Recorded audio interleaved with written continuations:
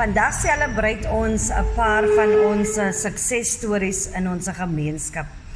Dit is so 'n voorreg om deel te wees van 'n gemeenskap waar ons mekaar ondersteun en waar ons deel in mekaar se vreugde. Kyk nou vir Marietjie.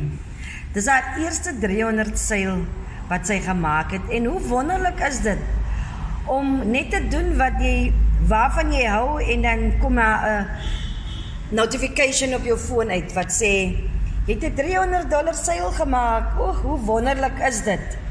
En dan Marushka het 'n $900 seil gemaak terwyl sy familietyd deurbring saam met haar seun. Wat 'n wonderlike gevoel is dit om 'n seil te maak terwyl jy familietyd spandeer met jou kinders of met jou familie. Dit is so wonderlik om deel te wees van hierdie span. As jy wil deel wees van hierdie gemeenskap, sê vir my ja in die comment of WhatsApp my met die woord ja, dan deel ek met jou die geheim wat ons doen om hierdie suksesvolle digitale besigheid te bestuur.